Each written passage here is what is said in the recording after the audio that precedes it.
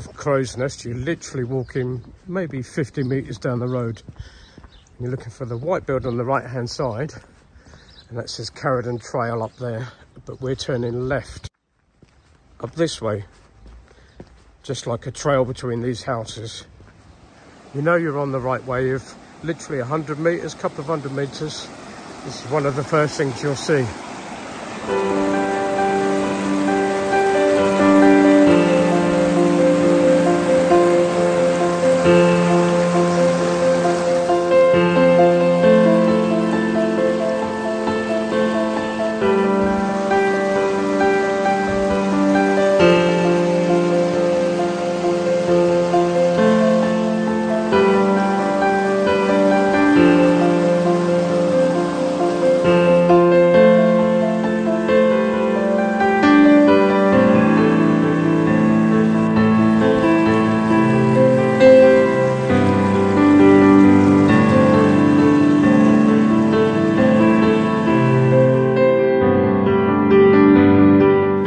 Where we're aiming for, this 5-bar gate straight in front of me, just under this arch here.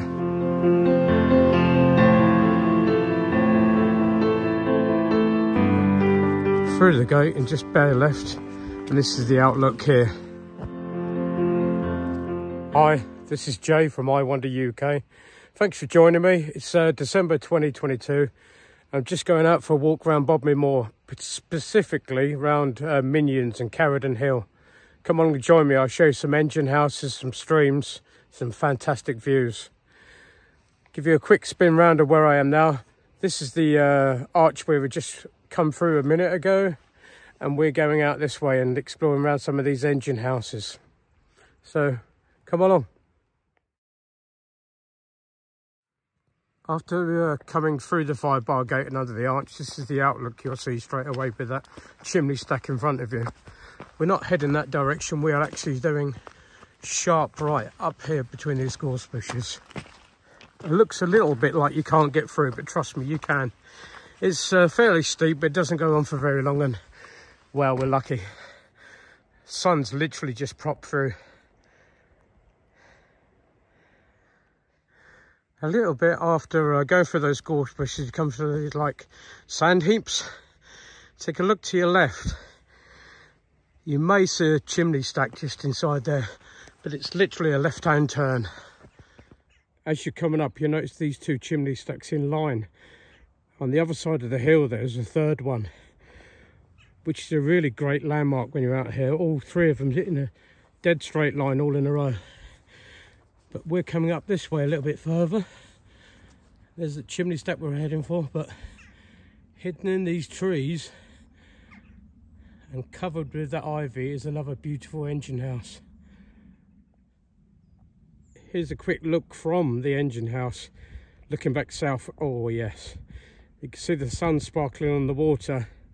Down there by the centre of screen now would be Loo, and the rest of the south coast of Cornwall. Looking fantastic today.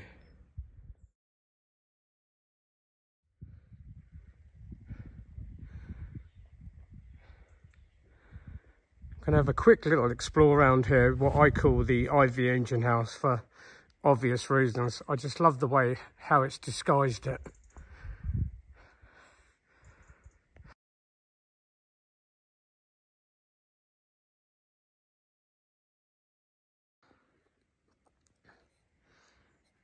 If you're having a little explore around, please be careful when you come inside. These 3 granite slabs here, but on the other side of there is a 10 or 12 foot drop. So if you've got little ones with you, just be a little bit cautious. But I just love the thickness of the walls in these buildings.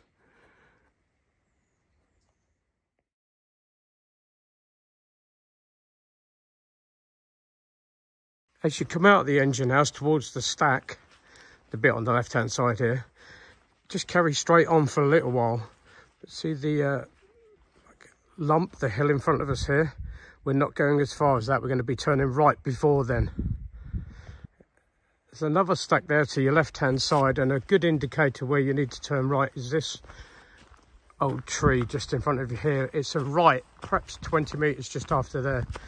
if you'd like to carry on walking down this bit, there's several other little engine house ruins, but for today I'm just going to be taking you out right up this way.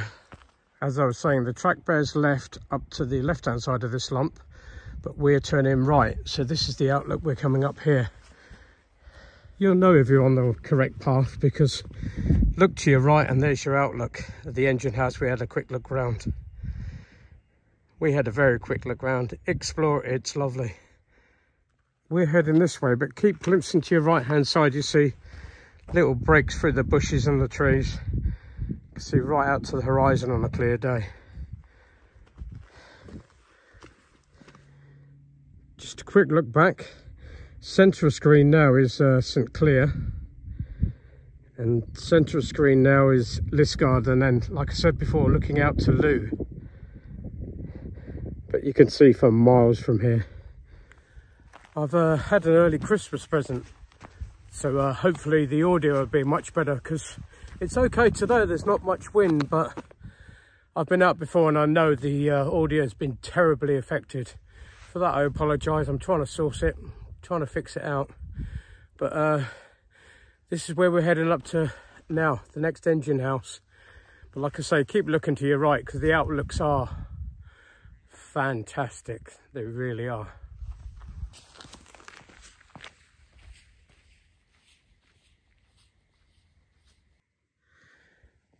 Take some time exploring around here. Directly in front of us there, centre of the screen, is an old mine shaft. It has got a gate over, or you can take the path up to the top of these lumps here for a great view out. But I'm going to go up a little bit higher. We're going up towards Caradon Hill. Going to have a look around that engine house, but if you're out here, please take some time. We just took the path that's forked to the left slightly here, rather than the lumps on the right hand side. Just going to have a quick look around this old engine house.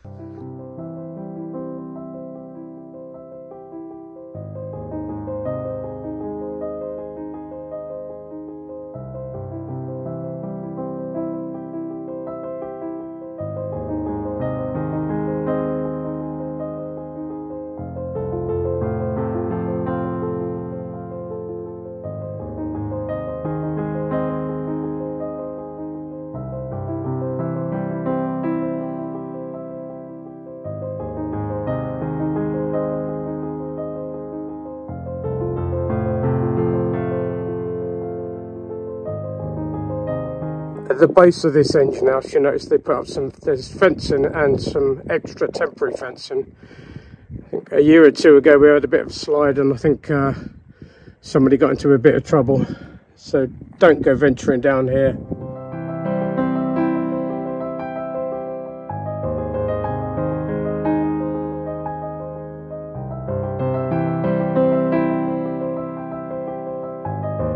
Engine house is going to take you to gain some elevation quickly. See the little stump centre of screen now and the chimney, the grass path in the middle there, and we're going directly up the hill. It is steep, but it doesn't go on for very long, I promise, and it's worth it. There's plenty of places to sit down so you're not sitting on the ground. Pick yourself a table, have 5 minutes, take a coffee and enjoy the view.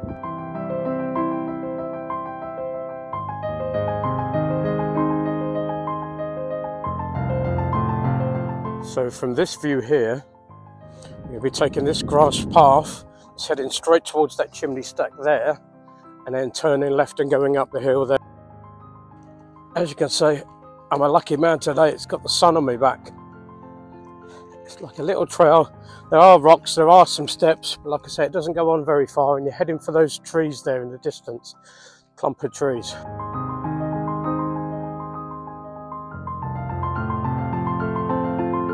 Past a little like blockade type thing with a fence around it, which belongs to the Water Authority. You'll clearly see Caradon in front of you, the mast at the top of the hill. Keep that on your right hand side, because we're going straight over here. If you look into the distance there, you can see Cheese Ring. And this is our outlook here.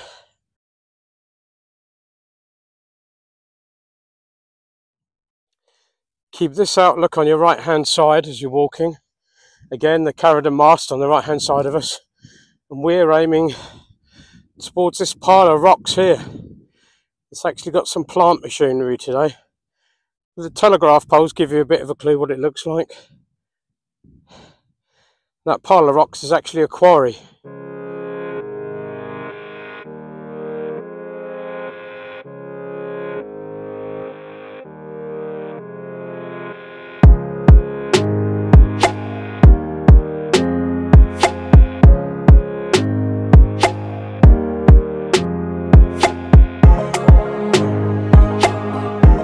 Taking a quick little divert into this quarry pit, known locally as Donkey Pond. Some of the ponies you can see out here just taking in the sun.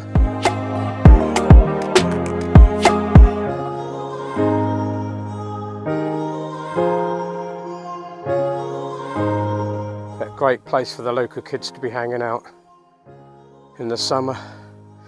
Look how clear the water is down here.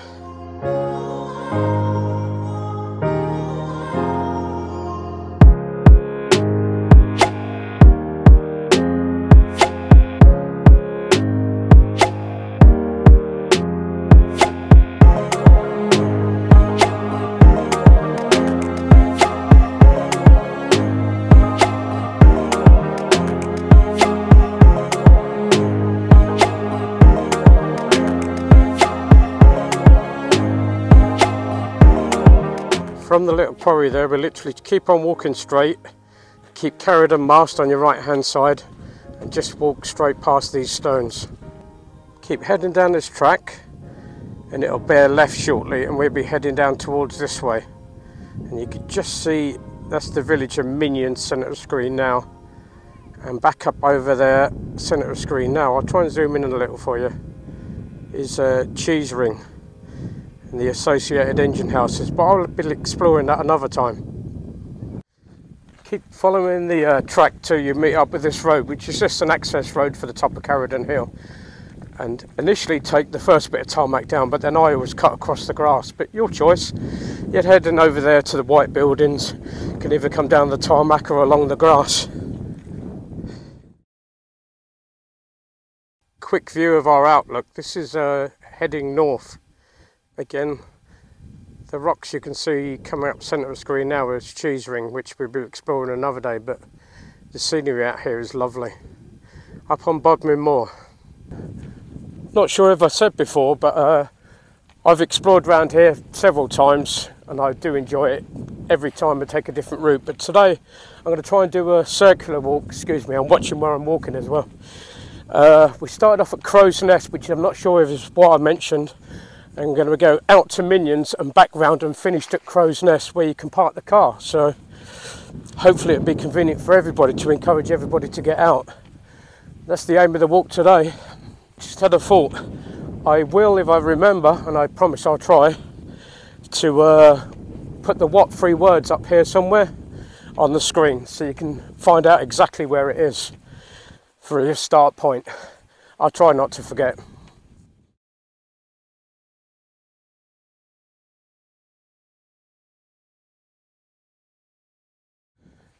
As you approach the village, Minions, do take the tarmac track, it's easier.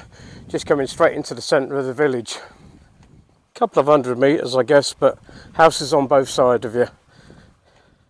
As you come into the village of Minions, there's a couple of little coffee shops and cafes. There's a tea room just here, for example. There's one over the other side of the road there, sells cream teas. Unfortunately, the pub there burnt down about a year ago. They are doing it, but it claimed to be the highest pub in Cornwall, I believe.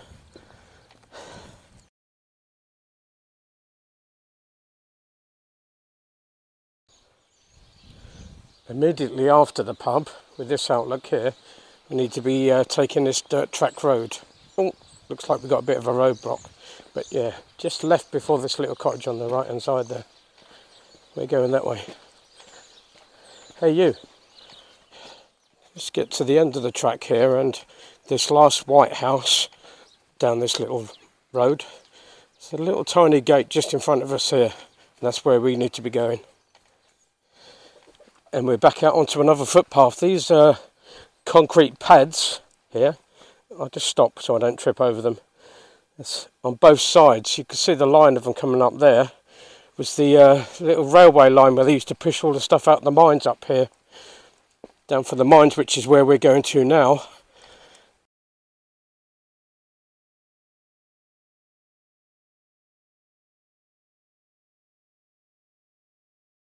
Around at Minions, and we're going back and we're heading south now. I've got the sun directly in my face, that's why I'm squinting. It's not just because I'm old. First time I walked down this path, I was fascinated by these granite blocks because they're huge. They're like 2-3 foot wide, massive. If I had legs slightly longer, I'll be able to like just step from one to another. Unfortunately, I'm not known for my long legs. As we walk down here, there's a house which was on my wish list of that'd be nice to do up in Fantasyland. I'll show you in a minute.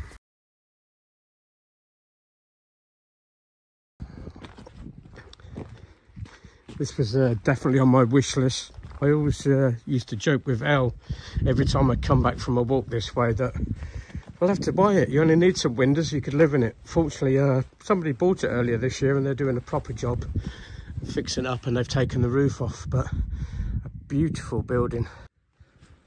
But we're following this railway line further down this way. As you can see, because we've done a 180 and we're heading south-ish.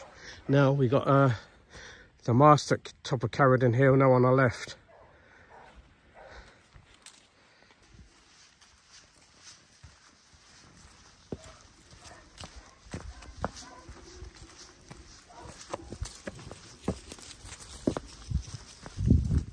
Hello you. You're curious.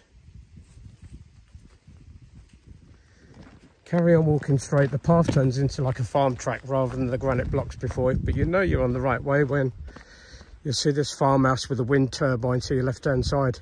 Again with Caradon in the background there.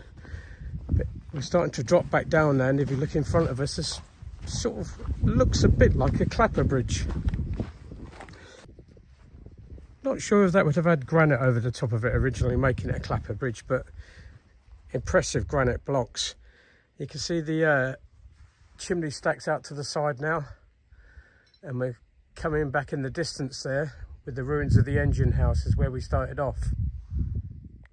The path drops down for a little while just underneath this old tree, and then instead of going to the left there, we go up just a little bit up here, and then we drop back down again. Just a sort of quick heads up, word of warning, it's nothing dangerous, but this little bit here comes down and there's a runoff for a couple of the streams off the fields around here, so this can be very wet, especially if you've had rain in the last day or two. But you know, it's all part of it. You can hopscotch over the granite blocks. I don't know if you see them in the distance. I'll get a bit closer. This is the bit I'm talking about here. As you get lower, the water runs off, and you can see it sitting here now, and we haven't had rain for 4 or 5 days. But you can hopscotch over these blocks down here if your legs are long enough. Just make sure you've got good footwear on, I guess.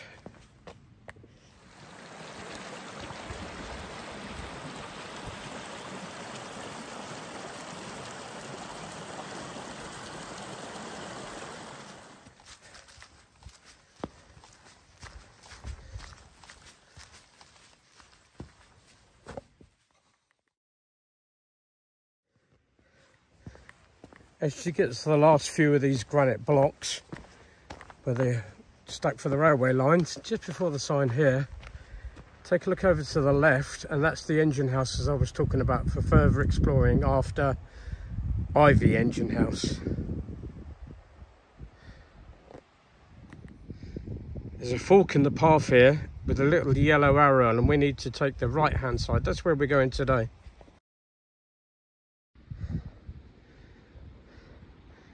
This is where the railway line would have run down here, and you can walk down there as well and explore around. Like I said, the engine house on the other side of the road there. Sorry, other side of the valley. The sheep going up the hill. I've said before, to try and get some idea of the scale of these places is just so hard. Centre of screen now is where we started off with the engine house. Give yourself some time to just sit down and appreciate the views from up here. I know, staggering, stunning, I'm not sure.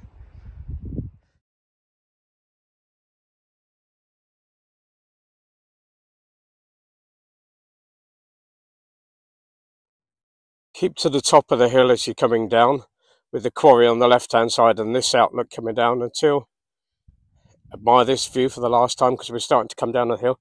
You reach a 5-bar gate, and just to the corner there's this little gate here.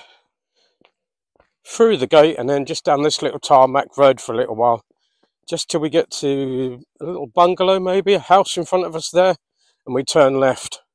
The natural road bends to the right, but we want to be going straight ahead here, just by this little container of grit. So left to the side of this house here, and this road will actually turn into a bridleway. When you walk down this tarmac road for a little while, perhaps 100 metres, you'll come across this cattle grid here. It's number 2 Rosebank, and we need to be going left down here. This is the public bridleway that we'll be following down to Crow's Nest. As you walk down here, be a little cautious. It is wet. Because it's in the shade all the time, the rocks are slidey and slippery, and there's loose rocks and quite a lot of steps as well. I don't mean quite a lot of steps, a few steps, but this is where we're heading down.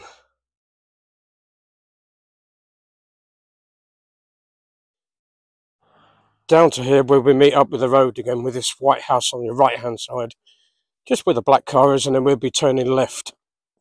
Turn left onto this little track and you can probably see the pub sign from here. Back to here, past this classic old commer vehicle, camper van by the look, and we're back to the beginning. Caradon Hill in the background. Hope you enjoyed the walk.